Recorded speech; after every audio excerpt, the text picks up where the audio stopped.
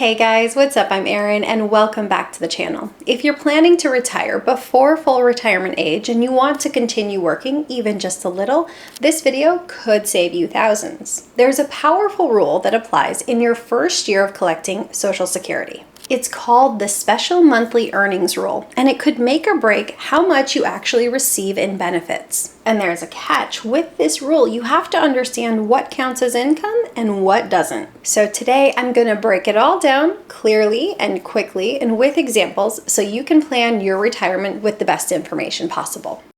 What is the Special Monthly Earnings Rule? When you start collecting Social Security benefits before full retirement age, your benefits could be reduced if you earn too much income from work. Normally, Social Security Administration uses an annual earnings limit to decide if your benefits would be reduced. However, in your first year of retirement, if you're before full retirement age, they use what's called the Special Monthly Earnings Rule. And this is where things get interesting. Instead of looking at your income for the full year, the Social Security Administration looks at your income month by month, giving you much more flexibility. This means that you can work for the first part of the year before retirement, and then step into retirement mid-year, later in the year, and then for the months where you are under the earnings threshold on a monthly basis, you can still collect full benefits. And here are those monthly earning limits for the year 2025, this year. If you're under a full retirement age for the entire year, it's $1,950 per month. If you reach full retirement age later that year, it's $5,180 per month. So if you retire mid-year and keep your monthly income below those thresholds, the Social Security Administration will pay you your full benefits for those specific months, regardless of how much you earned for the entire year. But keep in mind that these numbers, the monthly numbers that we just referenced, can and do change because of inflation over time. And this is especially important for people who want to ease into retirement. Maybe they want to continue working part-time. Maybe they want to continue consulting, or maybe they just want to wrap up a project after they've left a job. So what counts as income under the rule? The Special Monthly Earnings Rule only looks at earned income. It doesn't look at passive income streams or retirement income. Here's how it breaks down. These income sources would count towards the earnings limit. Wages from a job, net self-employment income, bonuses, commissions, and severance, vacation or sick pay if received while working. On the other hand, these income streams do not count towards the limit.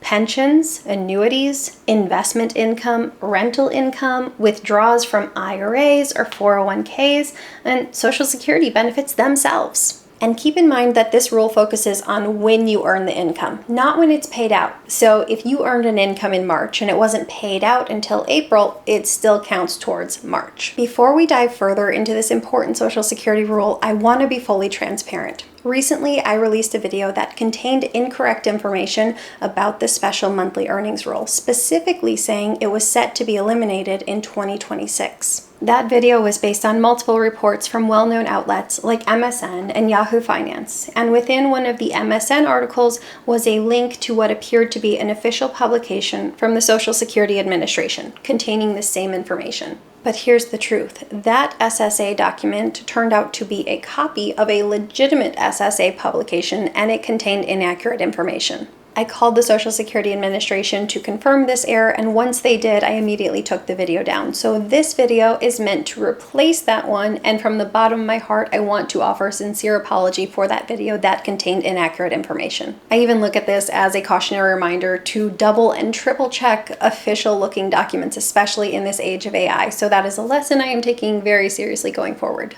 The good news is the Special Monthly Earnings Rule is still in effect and will continue to be in effect for the foreseeable future. And if you want to retire before full retirement age and keep working and keep earning an income, this rule could save you thousands in benefits. So let's walk through this rule, how it works, and why it can be such a powerful tool in your first year of retirement.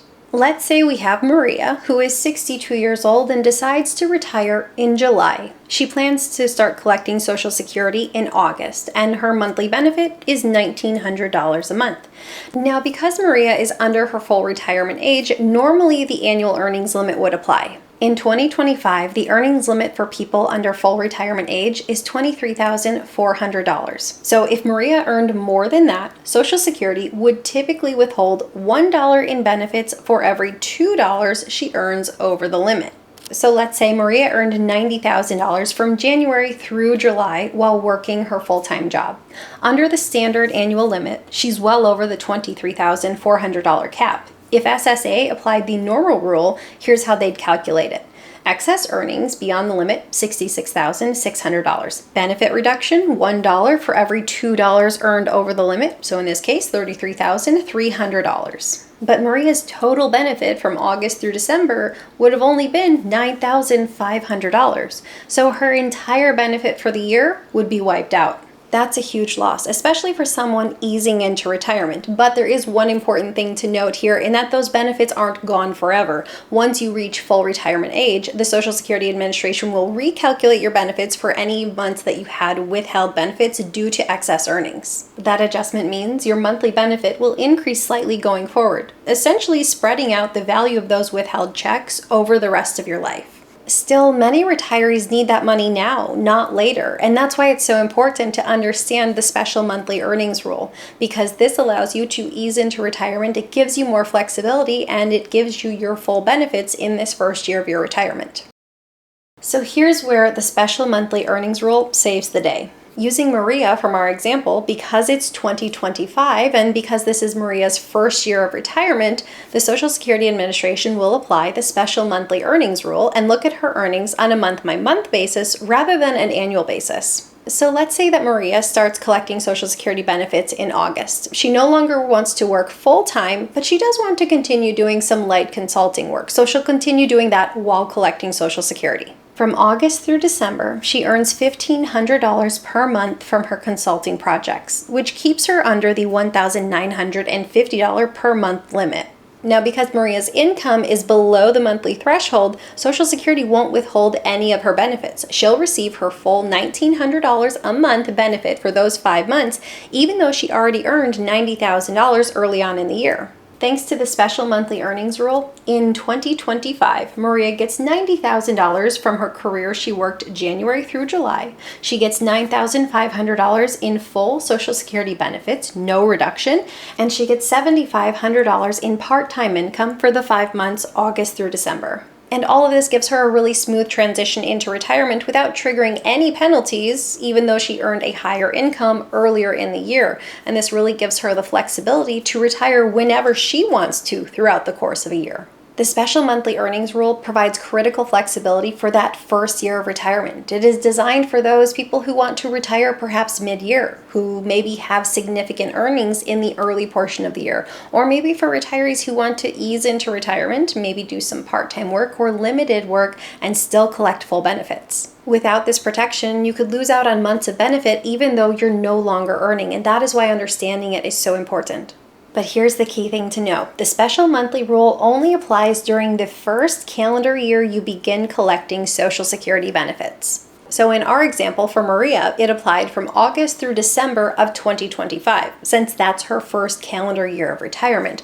Once January of 2026 hits, if she's under full retirement age, and in our example she was, Social Security will use the annual earnings limit. That means $1 is withheld for every $2 she earns above the annual limit, or $1 for every $3 in the year she reaches full retirement age, up to the month she hits it. The bottom line is that the special monthly rule offers a softer landing into retirement, but it only applies once in that first calendar year of retirement. If you plan on continuing to work throughout your retirement while collecting Social Security benefits, you'll want to pay attention to the annual earnings limit. But remember that the annual earnings limit only applies if you're under full retirement age. Once you hit full retirement age, you can earn any amount and it will not affect whether or not you receive your Social Security benefits. You'll still get those. So what are your thoughts on the special monthly earnings rule? Leave them in a comment down below. I post new videos every single week. If you got anything at all out of this one, please give it a like. If you're new here, please consider subscribing, or if you know of someone who might get something out of this type of content, please consider sharing. I'll see you soon. Bye.